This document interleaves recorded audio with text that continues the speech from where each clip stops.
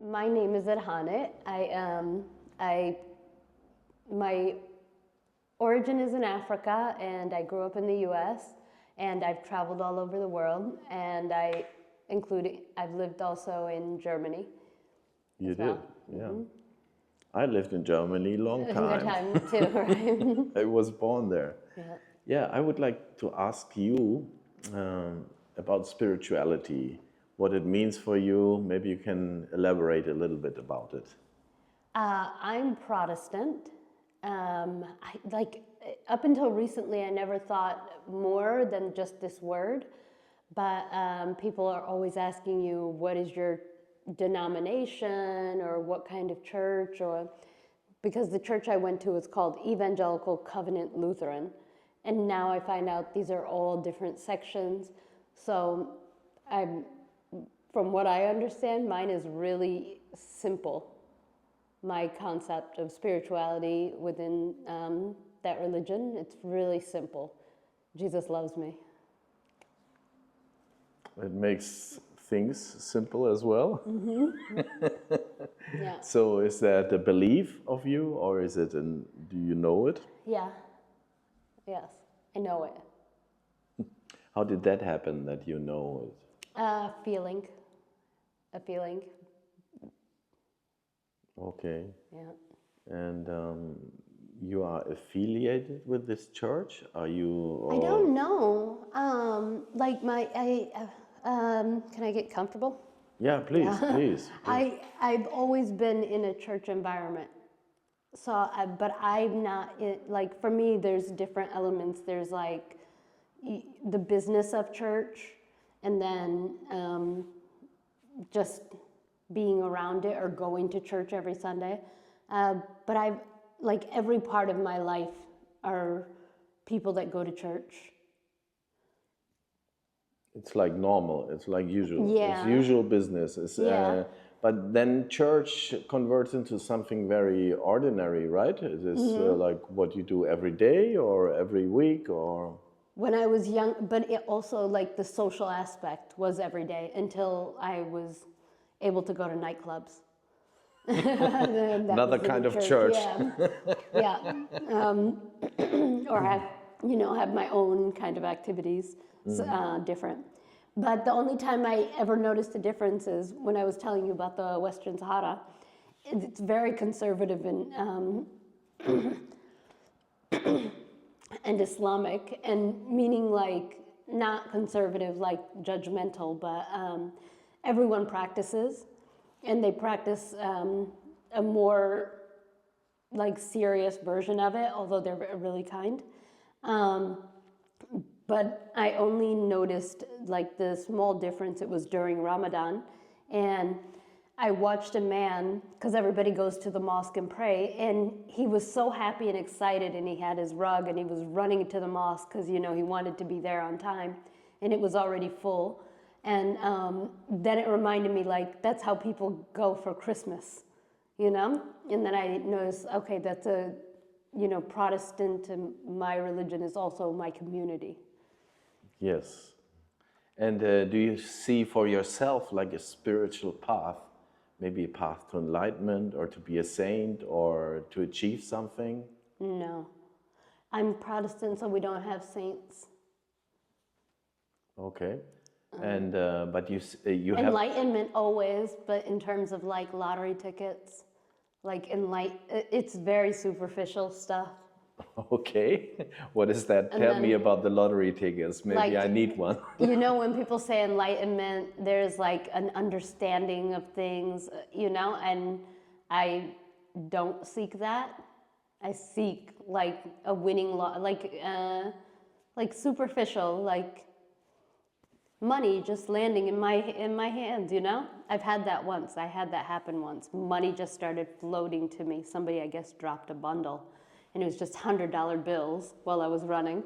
And I'm like, oh, I want that again. So did it happen again? No, not yet. But there's like at some point in the last few years, people are just throwing their money all over, especially like pennies. And so I've walked into like, $2 of pennies and things like that. And And I always pick them up, so. So what do you think about having those kinds of expectations that the world can be good for you?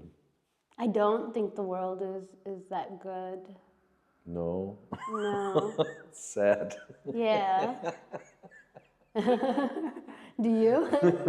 Oh yes, absolutely. I think there's abundance of things. I Yeah. mean, I think there's abundance too. you think so? Yes. Yeah, I think so very much. I see it all day. It is, yeah. So that's good. Yeah. What is not good? Yeah. What is not good for you? Where do you see, where does it come from? You say it's not so, Not good. yeah. There's a lot of, I don't know how to describe it. I don't see it everywhere, but like oppression, greed. I see people like excess or holding on to things that they don't need, that kind of thing. Majority of the things that I see are bad are that I've seen them happen to other people. But up until this point in my life, I've always had,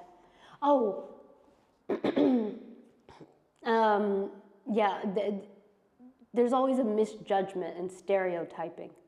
I get this all the time. So now I'm constantly questioning it. So some of it is my own psychology. Yeah, that is probably something I can relate to myself. Up until this point in my life, I've always had providence. But I don't like to have to reach that moment for God to provide. I would like that to change. I've never had do you know providence? No. It's the concept that, God provides. Yeah, you didn't reach that moment? No, I always have that. You have that? Yeah. Always. Isn't that wonderful? Yeah. And why is that? Because you believe in Jesus?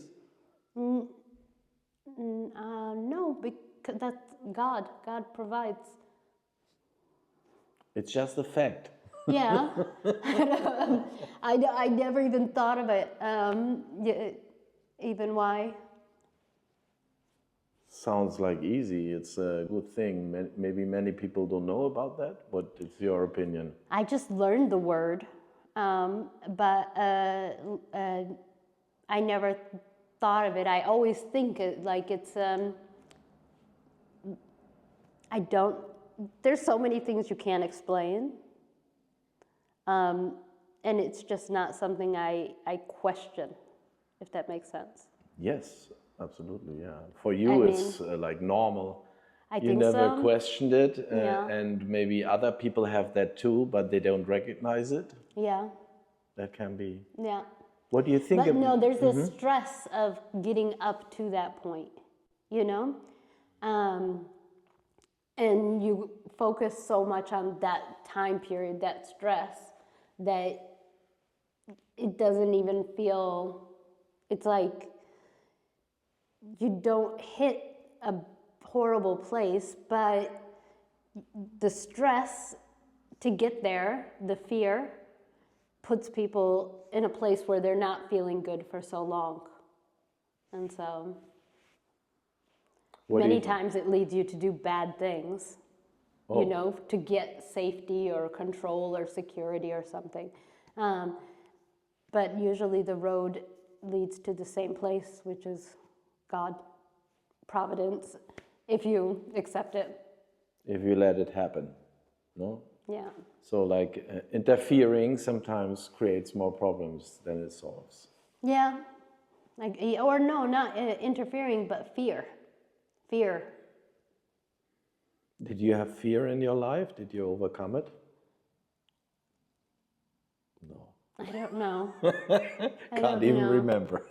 Yeah, I don't know. Yeah, I mean, I'm always a little bit afraid. Okay. I'm always stressing about money and thinking about money all the time. And to the point where, like, before I used to have fun. Like I loved like bartering and trade and this kind of thing.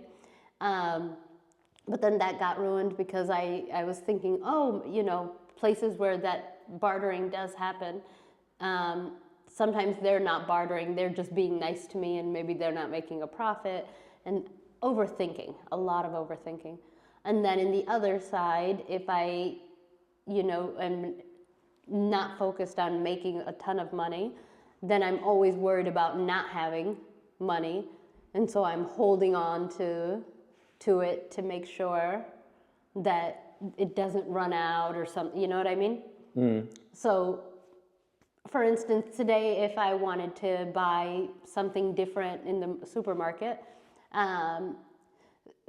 say I wanted to try all 3 of the cheeses, just to see, like, learn about the culture, instead of doing that, I wouldn't do that. I would go buy the one that I know that I will fill my stomach and I don't have to be concerned or anything, instead of, coming all the way to Portugal and trying the local kind of dishes, which is what the experience should also be. Can be. Doesn't have to. Well, that's the especially Fun of traveling. Yeah. Experiencing stuff, yes. Yeah. But then they told me the cheese is not local, so I was like, okay. Then I'll survive. you pass. Yeah, a couple of times I did. I'm trying to change my own behavior as well. Yeah. Yeah. It's possible. Yeah, like I was eating like the different types of the meats here, which normally I wouldn't, but I'm making a point to do it. So. That's good. What do you think about judgment? For me, it happens to everybody. I had a really interesting kind of, I love history and religion and all of these things, and I was looking at the Egyptian one, ma'at, because it's a funny word. You know this one, right? The Book of the Dead. Do you know this? I'm not sure about no, I don't know that book. It's all the ancient Egyptian ones, like Isis and Osiris and these people. Yes, okay. So in this, there is a special book that they find. I think they also have this in Tibet, the Book of the Dead. Yes. And Ma'at is it's like a judgment, a process of judgment. Like they show the person in a picture, and they have all the different things that they've done in their life, and then in the end, they're judged by a balancing thing. I don't know what it's called. A balance, Scale. Yeah, scale, yeah. And so in my mind, I always made it because they have the picture of the person's heart, and they're judging their heart. And it took me a long time to think of it, because I'm always thinking like, oh, they're judging the person's good deeds.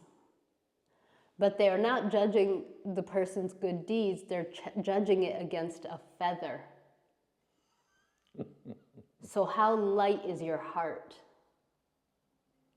And so I'm thinking about judgment, and not in this way, but just thinking about it. It's really strange.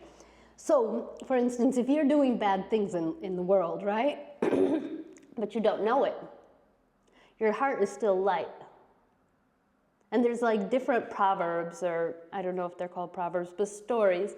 Like a guy in Morocco was telling me about this story about a man with a gambling addiction, maybe he was a drunk or something, and a neighbor who does everything perfectly.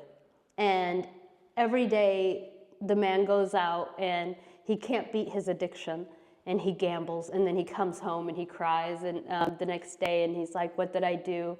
Please forgive me, please help me. And the neighbor looks at him and judges him. Yes. and he's thinking highly of himself, and he's judging the other person. And in the end, when they die, the man who has been judging him doesn't go to heaven, because even though he did everything perfect, he made that one mistake. So these are little things I'm thinking about in terms of judgment. I don't have any clue. I'm gonna accept whatever. No. So what could the lightness improve of the heart? What could you do to improve the lightness of your heart? There's If also that's a another goal. concept I heard from an Indian guy Yeah. who does Hinduism, and he talks about like it's called the monkey mind. It's a concept, like it's overthinking. Yes. You know, like when they say ignorance is bliss and these sorts of things, it would have to be something like not to have so much knowledge. But the problem is I'm just interested in regular history and religion and like anthropology. That's just my general interest as well. Like I find flavors to be interesting, you know? Different textiles. I just like all the different things. Like in Germany, like the Bavarian culture was very interesting for me because it's different, you know? So it's a difficult thing to like not learn. So now I do like stuff, like I try to watch reality shows and like the things I would not do, I'm trying to do, you know? You want to also talk about reality shows with others? No, I don't want to talk about it because it's like all of it is so nonsensical. It's so like, not just that, but even like the TikTok, the excessive kind of, you're going through, you're not thinking, you can get into a meditative state. Like he was saying, it's very addictive. Or playing a game, like you're just numbing your mind. But I don't, I'm trying very hard not to spend my days thinking. He and I, your nephew and I were politicking like all night sitting outside, and I told myself 1,000 times, I'm not gonna do this, I'm not gonna think about it, but it's also my interest.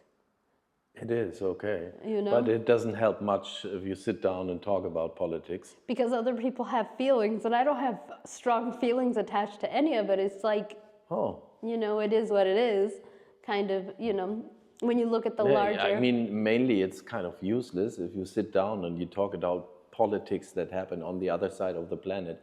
How much does it help? Yeah. I don't know. If you're not going into action, you're just talking. Yeah, no, like talking, it does help, but like I don't want to influence. You do not want to influence. No, Where not at does all. that come from? A fear of God. All right. Yeah, that's Okay. the real fear, yeah. It's not good to influence other people. No, like if you do, you should really have tested and learned and known, you know, not just kind of your own feelings or your own, like one or two things. You have to know stuff. Yeah. You should have tested it. Yeah. And you should make it clear, like this is what I saw, but I don't know if it's something happened all the time, you know? Do you value knowledge? What does it Yeah. mean for you? Yeah. Of course. Thinking hands. That's the thinking hands. Mm-hmm. All right, is it like this? No, not the symbols. You know, in India they all call it mudras, and when you pray in Christianism, you do like this as well, right? Yeah. And if you just touch your fingertips, they're really sensitive. They are, yeah. And they are connected to our brain, yeah? I don't know. Okay. And tell me a little bit about death.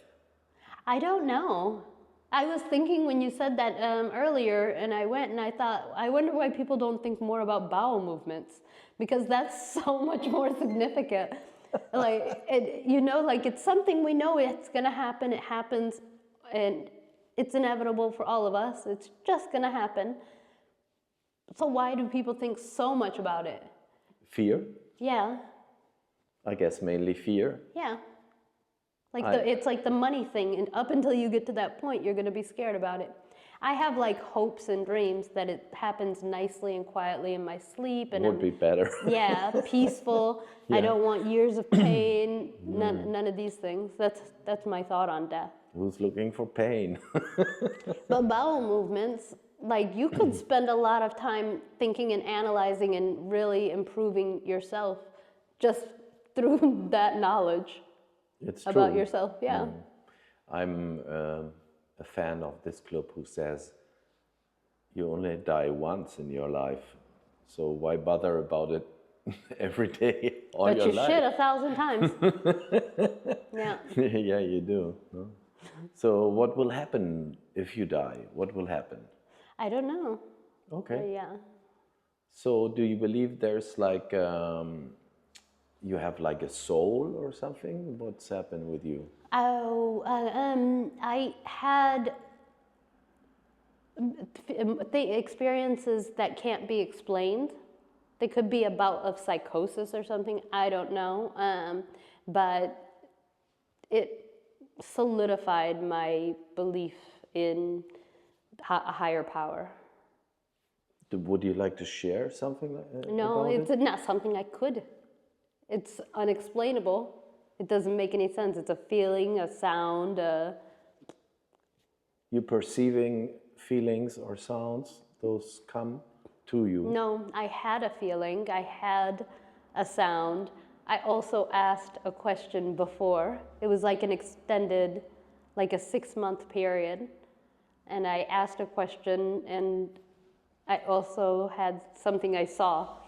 And I don't know, maybe like 10 years ago or 7 years ago or something like this. Yeah. And so I don't, after this, I told my mother. Yes. And she said, I just asked a question about Jesus to God, like a flippant kind of, not a prayer, but like a question. And my mother, in her own way, she said, "Oh, you." I told her what I saw, and she said, "You questioned God." So she made it like I didn't think of it as something that I did that was wrong, but she studies the Bible really, really hard, or so maybe she's right. In the same time, I'm like, I don't really need any more evidence. No, but that was kind of an evidence. You really acknowledged there is something else Yes. outside of you which is more powerful. No. And weaker and powerful and everything, like something that is beyond my comprehension. Right. Yeah. Some people, they have this continuously, they call it channeling. Did you hear about that? Yeah, but I don't think it's that. No. But don't you think that it is possible just to talk to God or to Jesus and have a dialogue? Yeah. Your mother doesn't agree. No, but no, you can, but she's like, I don't know, maybe she understood it as a way of me not being humble. All right. Okay. But maybe... And in truth, in the moment, it was kind of like an annoyed, exasperated moment where I was like, show me, Yeah. you know? You asked for it. Yeah. And then you saw something, or what happened? Yes. Yeah. And then over an extended period, it was like multiple things. But I told you, like I saw, I heard, I felt, and it was, all of it was something like, the seeing was fine, that's was really nothing. But the feeling and the sound was something so different than my comprehension that I thought, okay, even if I get nothing, or, you know, like I told you, I always just pray for money. Even if without that, then I already had this experience of something so much greater than anything I've ever had. Can you put it into words, or is it... I try to tell people, it was like, I don't know, the closest thing that I could say would be like an extreme balance and like an unconditional love that is greater than anything. And there was a being or something? No, nothing. It just... No, it was a feeling inside of me. Just a feeling. Wow. Yeah. But you knew this were coming from God or from higher source or from somewhere Yeah, something much bigger. much bigger. Yeah. And actually, like when that happened, I was actually like, I had a moment, like a strange epiphany, and it was about like, it was just a strange moment because I was reading and reading a lot in that day, and I was going backwards in time, you know, history, and I just kept going back and back, and then one moment I was like, oh, this doesn't end. And then the concept of infinity came into my mind. And then for a second I thought, infinity can go in so many different directions. And it was in that like little day or 2 days of reading that kind of stuff. And it kind of brought me to the, but I was sitting and maybe there was like a lot of blood rushing and I stood up and yeah. You know what was, when it happened?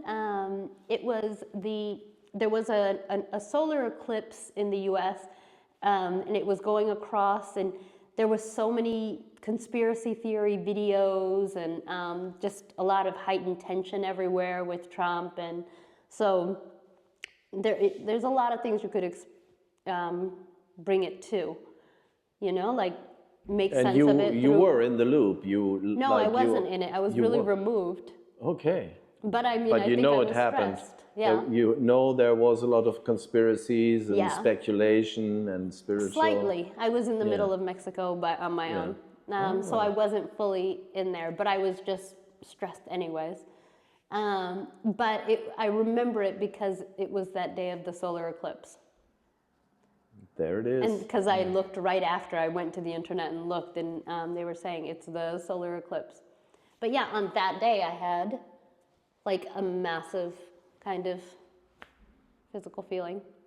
And I don't know if it made me like lazier or what happened though, because you know, it's not, Okay. I don't know, like I think in the same time I got really scared to do jobs that I would possibly give me a bad judgment, you know? So this is also like a thing with judgment, like the fear of doing something that will prevent me from getting into heaven became something different than when I was a kid. Like when I was a kid, it was like, okay, don't steal. And when you don't steal, then you're fine. But when you're an adult, for instance, I can say, oh, I'm going to go work for this company. But then you know this company is dumping oil in another village. And even if you're not, technically not doing anything wrong, you're supporting a system that does something wrong. And so the mind is constantly running, and it makes it difficult to work in a place where you don't think it's a good you know, system. Let's say your heart is light as a feather. You get everything, you're doing your stuff well here. Yeah. Nothing, no bad decisions. But then what happened? You go to heaven when you die, or what will happen with you? Yeah, if God chooses it. I don't know. The whole, like, we may have the concept, right? We may not. He decides, but yeah. what would you wish? I would wish something like this, but with the exact lifestyle that I daydream about. And I would continue. You love the world. Yeah, of course. You love the world. Yeah, there's a ton more stuff I would do. Yeah.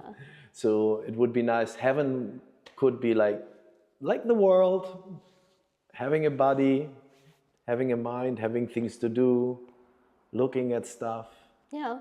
That's it, okay. But what do you think you really are? What is your real essence? Who are you? Are you your body?